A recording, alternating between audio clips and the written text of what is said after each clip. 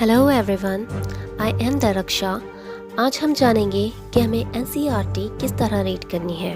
सबसे पहले तो ये जान लेना ज़रूरी है कि NCERT is must for NEET. Without NCERT you can't crack NEET, specially for biology. तो अगर आपके दिमाग में ये चल रहा है कि आप एनसीईआरटी नहीं बल्कि किसी टीचर के नोट प्रीफर कर लेंगे या शॉर्ट नोट्स पढ़ लेंगे तो आप नीट में अच्छे मार्क्स ला सकते हैं, तो बच्चों आप रॉन्ग वे में जा रहे हैं। You can think like this for physics और physical chemistry, but you can't think like this for inorganic chemistry, organic chemistry or biology, and only biology can contain 50% marks. Now you can understand that how much NCERT is important. अब हम ये जानते हैं कि हमें NCERT पढ़नी कैसी है, लेकिन उससे पहले हमें ये भी जानना ज़रूरी है कि हम NCERT पढ़ते वक्त क्या क्या गलतियाँ कर सकते हैं। मोस्टली बच्चे NCERT जब फर्स्ट टाइम रीड करते हैं तभी हाइलाइटर लेके बैठ जाते हैं, जो कि आपकी सबसे बड़ी मिस्टेक बन सकती है। बच्चों, फर्स्ट ऑफ ऑल हमें ये जानना ज़रूरी है कि हम हाईलाइट क्यों कर रहे हैं।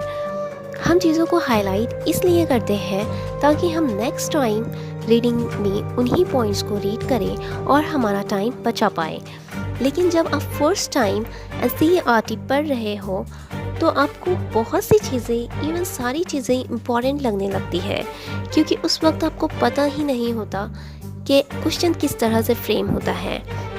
तो आप ये गलती करते हो कि गैर ज़रूरी चीज़ों को भी हाईलाइट कर देते हो, और जब आप दूसरी या तीसरी बार एनसीईआरटी रीड करते हो तब आपको समझ आता है कि ये तो इम्पॉर्टेंट था ही नहीं, फजूल में कलर किया, और फिर उन गैर ज़रूरी हाईलाइट की वजह से हम इम्पॉर्टेंट पॉइंट पे ठीक से फोकस नहीं कर पाते हैं। तो आपको करना ये है कि फ़र्स्ट टाइम आप बिना हाईलाइट करें रीड कर लें। हाँ, आप पेंसिल का यूज़ कर सकते हैं इम्पॉर्टेंट पॉइंट्स को अंडरलाइन करने के लिए। सेकेंड टाइम भी आप पूरी एनसीईआरटी रीड करें, लेकिन अब आप पेंसिल के साथ इरेज़र भी अपने पास रखिए।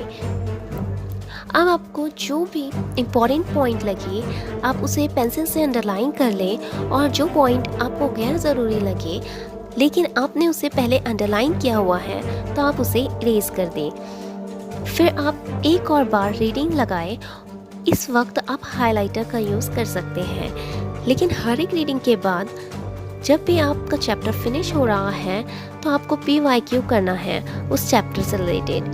और साथ ही आपको अगर कोई पॉइंट ऐसा लग रहा है जिस पे क्वेश्चंस आ रहे हैं लेकिन आपने वो पॉइंट एनसीईआरटी से नहीं पढ़ा है, या आपको वो पॉइंट एनसीईआरटी से समझ नहीं आया है, तो आप उस पॉइंट को मिनी नोट में लिख के एनसीईआरटी में जहाँ भी वो टॉपिक है वहाँ उस नोट को स्टिक कर दें, और हर 2 दिन में, 5 दिन में या 10 दिन में आपको सारे हाइलाइट्स एंड नोट्स रिपीट करने हैं।